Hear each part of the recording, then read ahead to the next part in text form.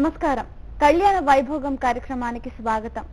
పెళ్లంటే ముచ్చటైన ముగ్గులతో, పచ్చని తోరణాలతో ముంగిళ్లు మురిసే వేళ ఆకాశమంత పందిరిలో వేద మంత్రాల నడుమ మేళతాళాల మధ్య కన్నుల పండువగా వీణుల విందుగా జరిగే వేడుక. ఒక దివ్యమైన ముహూర్తాన మూడు ముళ్ళు బంధంతో రెండు మనసులను ముడివేసే మంత్రం వివాహం. గత 17 సంవత్సరాలుగా హిందువులలో అన్ని కులాల వారికి వివాహ సంబంధాలు కుదురుస్తూ ఎన్నో వేల జంటలను ఏకం చేసిన ఘనత ఈ మ్యాట్రిమోనీకే దక్కుతుంది.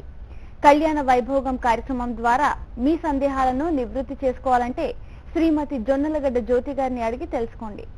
మీరు ఫోన్ చేయాల్సిన నంబర్లు 04040500606 మరియు 04040500616. నమస్కారం జ్యోతి గారు. నమస్కారం. వెల్కమ్ టు స్టూడియో అండి. సో ముందుగా మీరు నిర్వహించేటువంటి సేవా కార్యక్రమాల గురించి చెప్పండి. తప్పకుండానమ్మా, మనము మన జ్యోతి మ్యాట్రిమోనీ మరియు హిందూ వెడ్లాక్ ద్వారా మనం అనేక రకాలైనటువంటి కార్యక్రమాలను ఆచరిస్తూ ఉన్నాము. ముఖ్యంగా మనము ఈ శరన్నవరాత్రులు అయిపోయిన తర్వాత మనము సామూహికంగా కాత్యాయని వ్రతాలను నిర్వహిస్తున్నాము. ఈ కాత్యాయని వ్రతాలు వివాహము ఆలస్యంగా అవుతున్నటువంటి ప్రతి ఒక్కరూ ఆచరించినట్లయితే వారికి వివాహ యోగ్యత త్వరగా సిద్ధిస్తుంది. జాతకంలో ఏవైనా వివాహానికి ఆటంకంగా దోషాలు ఉంటే కనుక అవి తొలగింపబడతాయి. ఈ కాత్యాయని వ్రతాన్ని మనం ఇప్పటికి చాలా సార్లు నిర్వహించాము. చాలా మంది చక్కటి ఫలితాలని పొందారు. కాబట్టి ఆసక్తి ఉన్నటువంటి వారి అబ్బాయిలు అమ్మాయిలు ఎవరైతే వారి పిల్లలకి త్వరగా వివాహం చేయాలి అనుకుంటున్నారో వాళ్ళందరూ కూడా ఈ కాత్యాయని వ్రతం చేసుకోవచ్చమ్మా. ఆసక్తి ఉన్నటువంటి వారు స్క్రీన్ పైన ఉన్నటువంటి మన కార్యాలయం నెంబర్లకి ఫోన్ చేసి వివరాలు తెలుసుకోవచ్చు. అలాగే కార్తీక మాసంలో వచ్చేటటువంటి పౌర్ణమి తిథి రోజున లక్షవత్తి నోము నిర్వహిస్తున్నాం. ఈ లక్షవత్తి నోము ప్రతి స్త్రీ కూడా ఆచరించి తీరాలి. ముఖ్యంగా రజోదోషం పోగొట్టుకోవడానికి ఈ వ్రతాన్ని ఆచరిస్తాం. కాబట్టి 55 సంవత్సరాలు పైబడినటువంటి స్త్రీలు, ఇతరత్ర ఆరోగ్య కారణాల చేత గర్భసంచి తీసివేయబడినటువంటి స్త్రీలందరూ కూడా ఈ వ్రతాన్ని ఆచరించచ్చమ్మా. ఇది ఒకటే కాకుండా స్త్రీలు దైనందిక జీవితంలో చేసేటటువంటి అనేక తప్పులకి ఇది ప్రాయశ్చిత్తము. కాబట్టి ప్రతి స్త్రీ కూడా ఆచరించాలి. భర్త లేనటువంటి వారు కూడా ఈ వ్రతాన్ని ఆచరించవచ్చు. ఆసక్తి ఉన్నటువంటి వారు స్క్రీన్ పైన ఉన్నటువంటి మన కార్యాలయం నెంబర్లకి ఫోన్ చేసి ఈ వివరాలు తెలుసుకోవచ్చమ్మా. పైగా ఏంటి, ఈ వ్రతము చాలా వ్యయము ప్రయాసతో కూడుకున్నటువంటి వ్రతం. మనం మన కుటుంబంలో చేసుకోవాలి అంటే చాలా కష్టంతో కూడుకున్నటువంటి పని. కాబట్టి మన ఆడపడుచులందరి కోసము కూడా ప్రయాస అంతా కూడా మేము స్వీకరించి అతి తక్కువ వ్యయంతో వారి బాధ్యతలన్నీ మేమే స్వీకరించి ఈ వ్రతాన్ని నిర్వహిస్తున్నాం. ఆసక్తి ఉన్నటువంటి వారు స్క్రీన్ పైన ఉన్నటువంటి మన కార్యాలయ నెంబర్లకి ఫోన్ చేసి వివరాలు తెలుసుకోవచ్చు. ఓకే అండి, మరి మీతో మాట్లాడడానికి ఫస్ట్ కాలర్ సిద్ధంగా ఉన్నారండి. హైదరాబాద్ నుంచి శ్రావ్య గారు. హలో. హలో, నమస్కారం అండి. నమస్కారం అండి. మీ ఇంట్లో వివాహానికి ఎవరున్నారండి శ్రావ్య గారు? యాక్చువల్ గా మా సిస్టర్ ఉన్నారండి. ఓకే అండి, తప్పకుండా అండి. జ్యోతి గారు ఉన్నారు, మాట్లాడండి. హలో. హలో అమ్మా చెప్పమ్మా. అదే మా సిస్టర్ కి చాలా ఇయర్స్ నుంచి చూస్తున్నారండి, 4 ఇయర్స్ నుంచి. కావట్లేదు, ఏమన్నా సొల్యూషన్ చెప్తారేమో అని కాల్ చేశాం. మీ సిస్టర్ అంటే చెల్లెలా అక్కయ్య అమ్మా? అక్కయ్య అండి. అక్కయ్య. ఇప్పుడు అమ్మాయి పూర్తి పేరు చెప్పండి అమ్మా. దివ్యలక్ష్మి అండి. పుట్టిన తేదీ అమ్మా? 25/12/91. మీరు ఏ కులానికి చెందిన వారమ్మా? హరిదాసులండి. అమ్మాయి ఏం చదువుకున్నారు? బీటెక్ అండి. ఎక్కడ ఉద్యోగం చేస్తున్నారు? హైటెక్ సిటీలో అండి.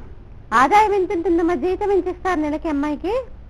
35,000 ఇస్తారండి. అంటే మీ ఇంటికి కాబోయే అబ్బాయి ఎలా ఉండాలని మీరు ఊహిస్తున్నారమ్మా?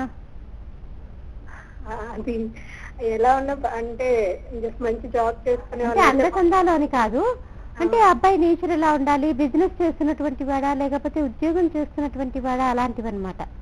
క్వాలిఫికేషన్ ఏది ఉండాలనుకుంటున్నారు?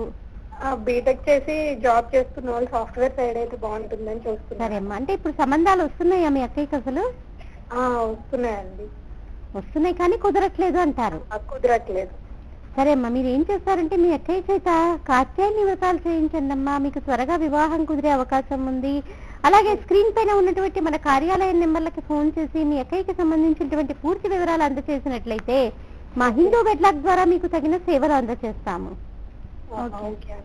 ఓకే అండి. సో అలాగే మీ ప్యాకేజెస్ అంటే ఎలాంటి ప్యాకేజెస్ ఉన్నాయో దాని గురించి చెప్పండి. తప్పకుండానమ్మా. అంటే ఇందాక మనము సేవా కార్యక్రమాల్లో వచ్చేసి ఇంకా కాసిన ఈ సేవా కార్యక్రమాలు ఆగిపోయాయి.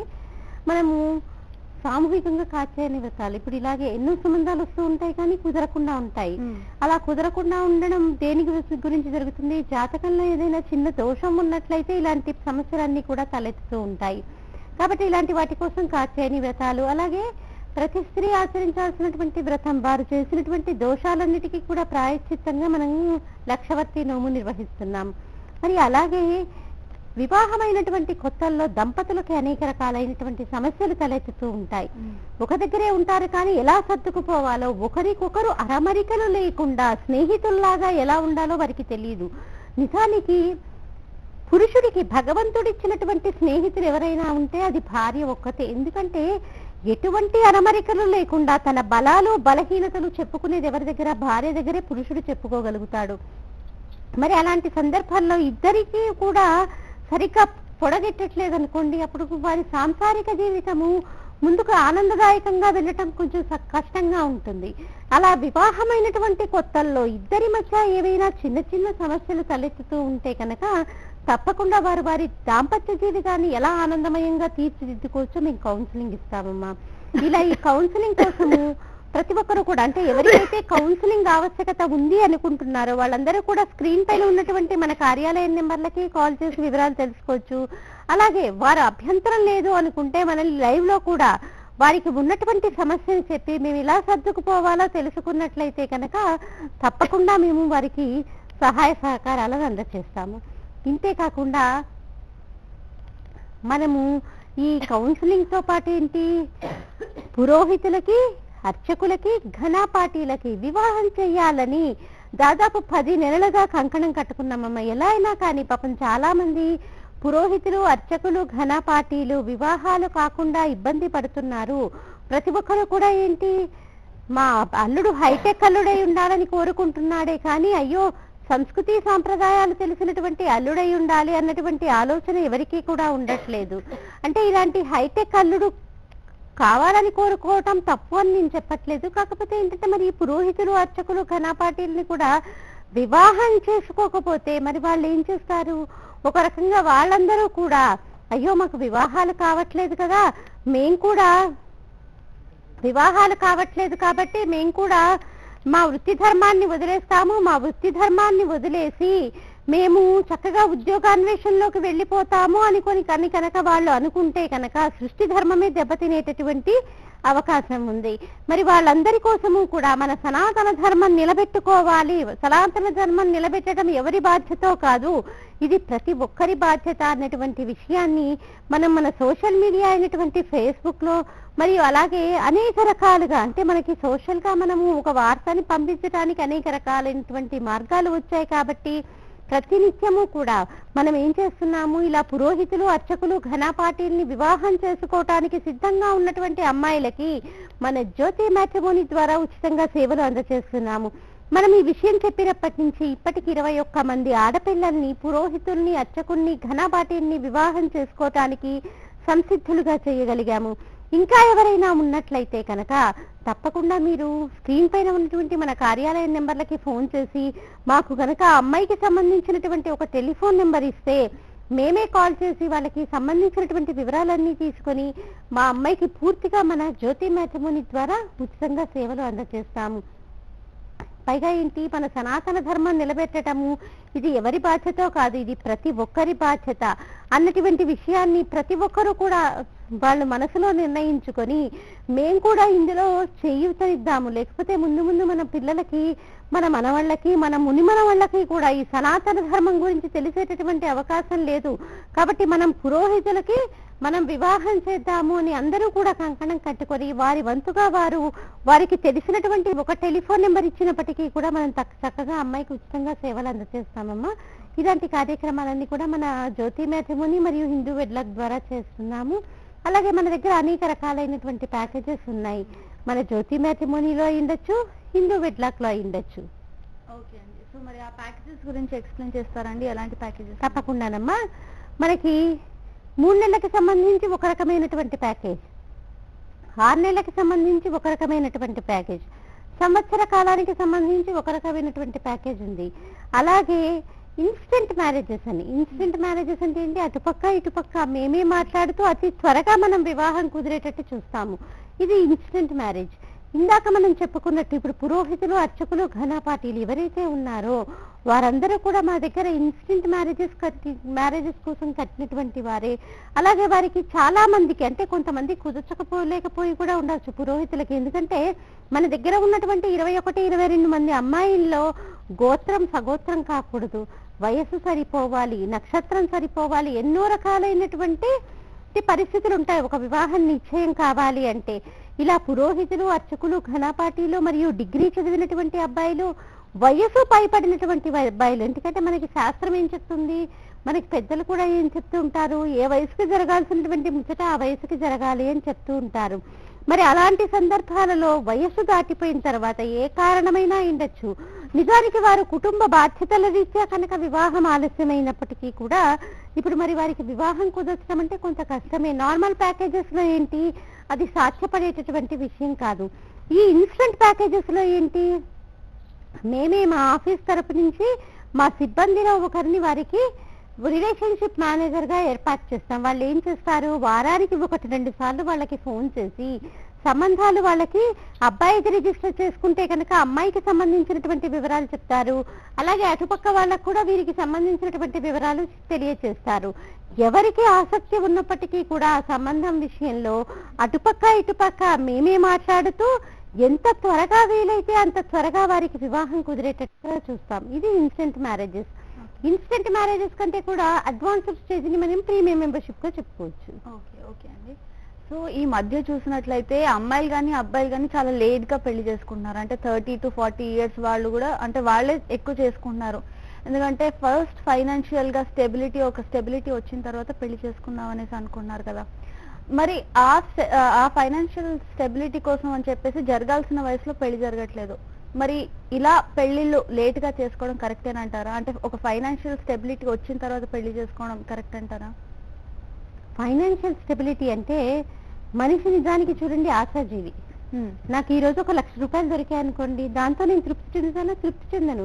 ఇంకా ఏదో కావాలి అనిపిస్తుంది. ఈ 1 లక్ష రూపాయలకి సంబంధించినటువంటి ఖర్చు వేసుకొని ఇంకో 1 లక్ష రూపాయలకు సంబంధించినటువంటి ఖర్చుని మనము సిద్ధంగా పెట్టుకుంటాం. అంటే ఎంత వచ్చినప్పటికీ కూడా మనిషికి తృప్తి అనేది ఉండదు. ఫైనాన్షియల్ గా స్టెబిలిటీ అనేసరికి ఏంటి, ఆర్థికంగా మనము నిలదొక్కుకోవటం అంటే అది మాటలు కాదు. ఎందుకంటే ఎవరికి ఎంత వచ్చినప్పటికీ కూడా ఎంత చెట్టుకి అంత గాలి అన్నట్టుగా మనము వచ్చేటటువంటి జీతాన్ని బట్టి మనకి ఆ ఖర్చు కూడా తప్పకుండా సిద్ధంగానే ఉంటుంది. ఇప్పుడు 3000 జీతం వచ్చేటటువంటి వారు కూడా వారి యొక్క వచ్చేటటువంటి జీవితంలో వారి యొక్క జీవితాన్ని చాలా ఆనందమయంగా తీర్చిదిద్దుకునేటటువంటి వాళ్ళు ఉన్నారు. అలాగే 3 లక్షలు వస్తున్నటువంటి వారు కూడా వాళ్ళకు వస్తున్నటువంటి జీవితంలో వాళ్ళ జీవితాన్ని ఆనందమయంగా తీర్చిదిద్దుకునేటటువంటి వాళ్ళు ఉంటారు. అంటే మనకి ఫైనాన్షియల్ స్టెబిలిటీ అన్నది మనిషికి కాదు, మనసుకి ఉండాలి. ముఖ్యంగా మనసుకు ఉన్నట్లయితే కనుక తప్పకుండా వారి జీవితము ఆనందదాయకంగా ఉంటుంది, ఏ వయసు వారికైనా కానీ. ఇప్పుడు ఈ వివాహాల విషయంలో వచ్చేసరికి ముఖ్యంగా ఎవరేమనుకున్నప్పటికీ కూడా ఎప్పటి నుంచి అయితే మనకి ఈ సాఫ్ట్వేర్ ధూమ్ అన్నది వచ్చిందో అప్పటి నుంచే ఈ ఫైనాన్షియల్ స్టెబిలిటీ వచ్చాకే మేము వివాహం చేసుకుంటాం. ఒక అబ్బాయి అయితే ఒక కారు కొనుక్కోవాలి, ఒక బంగ్లా ఏర్పాటు చేసుకోవాలి, ఇంట్లో కావలసినవన్నీ కూడా ఏర్పాటు చేసుకోవాలి, వీలైతే ఒక మరమనిషి కూడా. ఎందుకంటే అదే వంట చేసి వాళ్ళందరికీ కూడా చేతులకు అందజేసేటట్టు ఉండాలి. అది కూడా ఏంటి, రిమోట్ కంట్రోల్ తో ఉండాలి. ఎందుకంటే లేచి వెళ్ళి వాళ్ళు తెచ్చుకునేటటువంటి ప్రయత్నం కూడా చేయరు. అలాంటి సౌకర్యాలన్నీ ఉండాలని కోరుకుంటున్నారే కానీ చక్కగా భార్య చెమట పడుతూ ఉండగా తనకి దోశలేసి పెట్టడాలని కానీ, చపాతీ చేసి పెట్టాలని కానీ, లేకపోతే ఇంకే రకమైనటువంటి పిండి వంట చేసి పెడుతూ ఉంటే ఆవిడ చేసి పెట్టినటువంటి మధురమైనటువంటి పదార్థం ఎందుకు, ఒక మరమనిషి చేసినా ఒక మంట మనిషి చేసినా అందులో భార్య ప్రేమ ఉండదు కదా. అదే భార్య కనుక ఇంట్లో వంట చేసిందనుకోండి, ఎంత అందులో తప్పకుండా తన భర్త పైన పిల్లల పైన ఉన్నటువంటి ప్రేమానురాగాలతోటి స్త్రీ వంట చేస్తుంది. కాబట్టి ఇలాంటివన్నీ ఏర్పాటు చేసుకోవాలని చూసుకుంటే ఇలాంటి చిన్న మధురమైనటువంటి స్మృతులని మనం ఎన్నో మర్చిపోతూ ఉంటాము, ఎన్నో కోల్పోతూ ఉంటాము. కాబట్టి ఏ వయసుకి జరగాల్సిన ముచ్చట ఆ వయసుకి జరగాలి. కాబట్టి తప్పకుండా ప్రతి ఒక్కరూ ఏం చేయాలి, వారికి చక్కటి వయసులో వివాహం చేసుకుంటేనే వారి జీవితము ఆనందదాయకంగా ఉంటుంది. ఓకే అండి, కాలర్ సిద్ధంగా ఉన్నారండి. విజయవాడ నుంచి వెంకటేశ్వరరావు గారు. హలో హలో, ముందుగా మీ టీవీ వాల్యూమ్ మ్యూట్ లో పెట్టండి. వెంకటేశ్వరరావు గారు. మేడం. జ్యోతి గారు ఉన్నారు, మాట్లాడండి. హలో. హలో, నమస్తే మేడం. అమ్మ నమస్కారం, చెప్పండి. మాది విజయవాడ అండి. నా పేరు వెంకటేశ్వరరావు అండి. మా అబ్బాయి బీటెక్ చేశాడండి. అబ్బాయి పేరండి? నాగార్జున. ఇంటి పేరు నొడగల. వైదికులా అండి మీరు? మేము యాదవ కులం అండి మాది. ఏం చదువు? బీటెక్ చేశారన్నారు కదా అబ్బాయి? కంప్యూటర్ సైన్స్ అండి. అబ్బాయి బెంగళూరులో జియో మెగా కంపెనీలో జాబ్ చేస్తున్నాడు మేడం. ఎంత ఆదాయం ఉంటుందండి అబ్బాయికి? 70,000 అండి. మీకు కాబోయే కోడలు ఎలా ఉండాలని మీరు అనుకుంటున్నారు? మా అబ్బాయి తెల్లగా 5.9 హైట్ ఉంటాడండి. పెళ్లి సంబంధం చూస్తున్నామండి. టుడే ఇదే మా అబ్బాయి తగ్గట్టుగా ఏమైనా జాబ్ చేసే అమ్మాయి అయితే, అందమైన కావాలన్నా అమ్మాయి అయితే చాలండి మాకు. తప్పకుండానండి వెంకటేశ్వరరావు గారు. మీరు ఏం చేస్తారంటే మీ అబ్బాయికి సంబంధించినటువంటి పూర్తి వివరాన్ని స్క్రీన్ పైన ఉన్నటువంటి మా కార్యాలయ నెంబర్లకి అందజేయండి. మా హిందూ వెడ్లాక్ ద్వారా మీకు తగిన సేవలు అందజేస్తాము. ఓకే జ్యోతి గారు. సో పెళ్లిళ్ళు ఏ వయసులో చేసుకోవాలో చెప్తున్నారు, అంటే ఏ వయసులో జరగాల్సిన ముచ్చట ఆ వయసులో జరగాలి అని చెప్తున్నారు, అది కంటిన్యూ చేయండి. మరి అలాంటిది మరి భార్య ప్రేమ అయితే అందులో ఉండదు కదా. నిజానికి మనం ఎంతో కష్టపడుతూ ఉంటాం. నిజానికి మనకి ఆడవాళ్ళకే ఒంట్లో బాగాలేదనుకోండి, ఎప్పుడైనా ఆడవాళ్ళకి ఒంట్లో బాగాలేనప్పుడు అంత ఒంట్లో బాగాలేకపోయినా అయ్యో పాపం పిల్లలు కష్టపడతారేమో, భర్త ఇబ్బంది పడతారేమో అని మనం ఏం చేస్తూ ఉంటాము అంటే, బాధ్యత తెలిసినటువంటి స్త్రీలు పోతేపోయింది వాళ్ళ పాటికి వాళ్ళు చేసుకోరా ఏంటి, ప్రతిరోజు నేను చేస్తున్నానా లేదా, ఈ రోజుకి ఒక్కరోజు వాళ్ళు చేసుకోలేరా ఏంటి, మా ఆయన చేయలేరా లేకపోతే నా పిల్లలు చేయలేరా, ప్రతిరోజు వాళ్ళకి వండి వారుస్తూనే ఉన్నాను కదా అని ఆలోచించేటటువంటి స్త్రీల గురించి కాదు చెప్పేది. అయ్యో నా భర్త కష్టపడతాడేమో, అయ్యో నా పిల్లలు కష్టపడతారేమో, నేను లేవలేకపోతే ఇల్లంతా ఎలా నడుస్తుంది అని ఎంత లేవడానికి ఓపిక లేనప్పటికీ కూడా స్త్రీలు లేచి అంటే కాఫీ కలుపుతూనే ఉంటే కనుక, అలాంటి సమయంలో భర్త పిల్లలు వచ్చి అయ్యో ఎందుకే ఇంత ఒంట్లో బాగాలేనప్పుడు కష్టపడుతున్నావు, నేను కాఫీ కలుపుతాలే అని భర్త అన్నా, లేకపోతే పిల్లలు కూడా అమ్మ ఎందుకు నువ్వు కష్టపడుతున్నావు, నీకు ఒంట్లో బాగాలేదు కదా నువ్వు పడుకో, నేను కాఫీ కలుపుకొస్తాను లేకపోతే పాలు తీసుకొస్తాను, ఈ రోజుకి బయట నుంచి తెచ్చుకుందానులే అంటూ పిల్లలు కనుక అన్నారనుకోండి, నిజానికి స్త్రీ ఏంటి ఆ రోజు తనకి ఉన్నటువంటి అనారోగ్యాన్ని కూడా మర్చిపోతుంది. ఎందుకు, అమ్మో వీళ్ళు నా మీద ఎంత శ్రద్ధ చూపిస్తున్నారు కాబట్టి, వీళ్ళు ఇంత శ్రద్ధ చూపిస్తున్నారు కాబట్టి నేను నాలో ఉన్నటువంటి అనారోగ్యాన్ని మర్చిపోయి వీళ్ళకి చేయాల్సినవి చేసి మళ్ళీ తిరిగి పడుకున్నాను, ఎంతసేపు ఒక గంటలో పని అయిపోతుంది కదా అని స్త్రీలు కూడా అనుకున్నాను అనుకోండి. నిజానికి అది ఎప్పుడైనా మనం కులాసాగా కుటుంబ సభ్యులమందరము కూర్చొని కబుర్లు చెప్పుకుంటున్నప్పుడు ఈ మాటలు ఎంత మధురంగా ఉంటాయండి. కానీ అలా కాకుండా ఏ వంట మనిషో లేకపోతే భర్త కూడా ఎప్పుడు కూడా అంటే ఒక వయసు దాటిన తర్వాత ఇలాంటి అచ్చటాముచ్చట జరగాలన్నప్పటికీ కూడా అది ఆస్వాదించడానికి మనసు ఉండాలి కదా. ఒక వయసు దాటిన తర్వాత ఇలాంటి మధుర స్మృతుల్ని స్వీకరించడానికి అంతగా మనసు కూడా సిద్ధంగా ఉండదు. ఎందుకో యాంత్రికమైపోతుంది మనసు కూడా.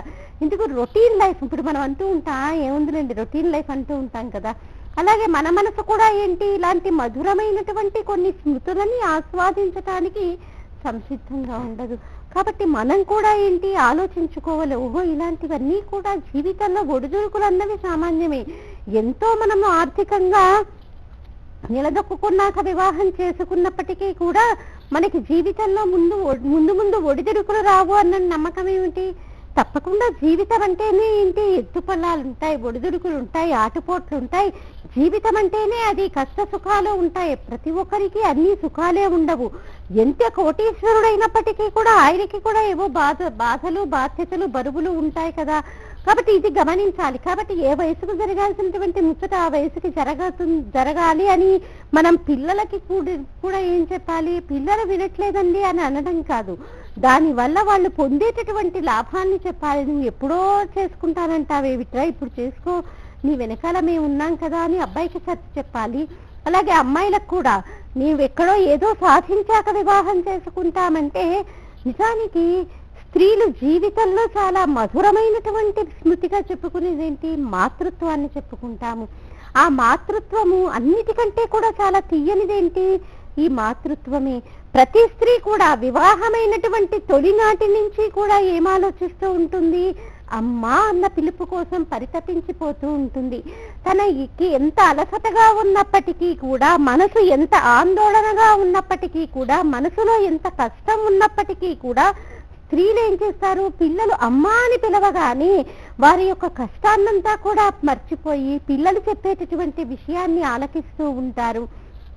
మరి అలాంటి మాతృత్వాన్ని నువ్వు పొందాలన్నా, ఆ మాతృత్వపు మధురమని అనుభవించాలన్నప్పటికీ కూడా 26, 27 సంవత్సరాల లోపైతేనే స్త్రీలకి చక్కటి ఆరోగ్యవంతమైనటువంటి శిశువుని సమాజానికి ఇవ్వగలుగుతారు. తాను కూడా ఏంటి?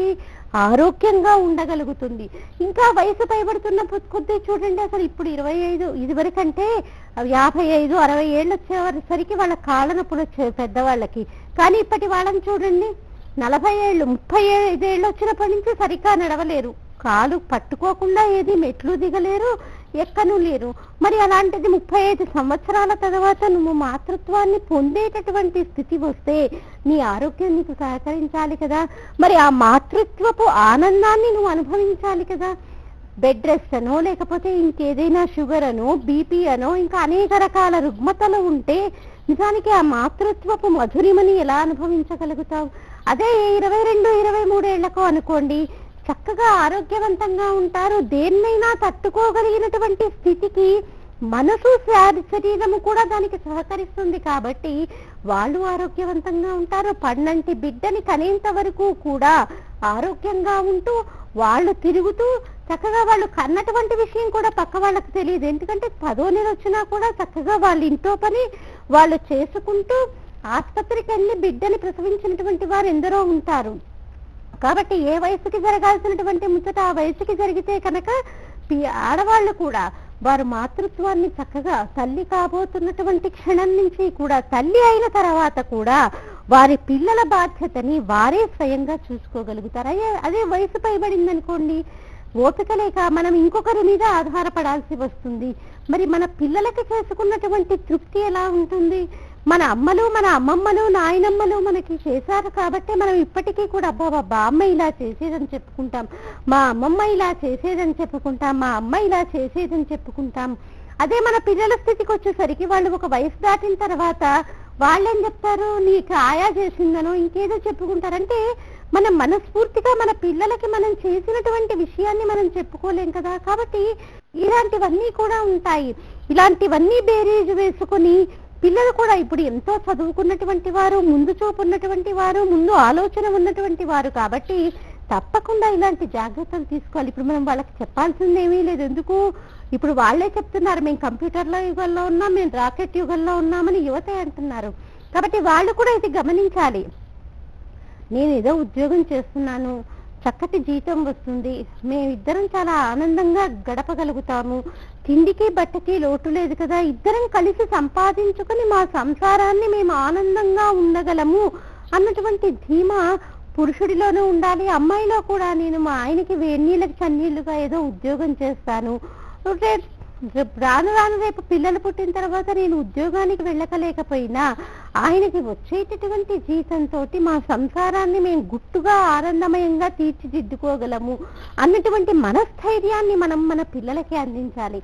కానీ ఇక్కడ ప్రారంభం ఏంటంటే నుండి, ఇప్పుడు అమ్మాయిలకి సంబంధం చూసేటప్పుడు అమ్మాయి తల్లే అంటుంది 50,000 జీతం వస్తుందండి అబ్బాయికి అనగానే, ఏంటండి నెలకి 50,000 జీతం ఏం సరిపోతుంది? మీరే చెప్పండి మేడం గారు, ఈ నెలకి 50,000 సరిపోతుందా ఈ కాలంలో? అంటే అసలు వివాహం చేస్తోంది, సంసారం చేసేది ఆ జీతంతో అమ్మాయి లేకపోతే అబ్బాయి తోట, ఇది ముందు తెలుసుకోవాలి. అమ్మాయిలకి కూడా మనము ఎంత ఆనందంగా ఉండవచ్చో మనం నేర్పించాలి, తక్కువ జీతంలో అయినప్పటికీ కూడా. ఓకే అండి, కాలర్ సిద్ధంగా ఉన్నారండి. హైదరాబాద్ నుంచి పవన్ గారు. హలో. హలో అండి పవన్ గారు, నమస్కారం. నమస్కారం అండి. మీ ఇంట్లో వివాహానికి ఎవరున్నారండి? నేనే ఉన్నానండి. ఓకే అండి, జ్యోతి గారు ఉన్నారు, మాట్లాడండి పవన్ గారు. హలో. హలో పవన్ గారు, మీ పుట్టిన తేదీ అండి? నాది April 21, 1985. 85. మీరు ఏ కులానికి చెందిన వారండి? నేను బ్రాహ్మిన్స్ అండి. వైదికుల నియోగులు అండి? 6,000 నియోగులు అండి. 6,000 నియోగులు. మీ గోత్రం అమ్మా? గోత్రము మేషరాశి. గోత్రం అండి? కాశ్యపస గోత్రం అండి. కాశ్యపస గోత్రం. మీరు ఏం చదువుకున్నారు? నేను హోటల్ మేనేజ్మెంట్ చేశాను. నేను గ్రాడ్యుయేషన్ చేశాను. హోటల్ మేనేజ్మెంట్ మేనేజర్ గా జాబ్ చేస్తున్నాను. గ్రాడ్యుయేషన్ తర్వాత మీరు హోటల్ మేనేజ్మెంట్ కోర్స్ చేశారండి? నేను హోటల్ మేనేజ్మెంట్ గ్రాడ్యుయేషన్ చేశాను. బిహెచ్ఎం చేశాను. హోటల్ మేనేజ్మెంట్ కోర్స్ గ్రాడ్యుయేషన్ చేశాను. ఓకే. ఇప్పుడు మీరు ఎక్కడ ఉద్యోగం చేస్తున్నారు? నేను హైదరాబాద్ లో చేస్తున్నాను. ఎంత ఆదాయం వస్తుందండి మీకు? నెలకి ఎంత ఇస్తారు? మంత్లీ 30,000 వస్తుందండి. ఓకే.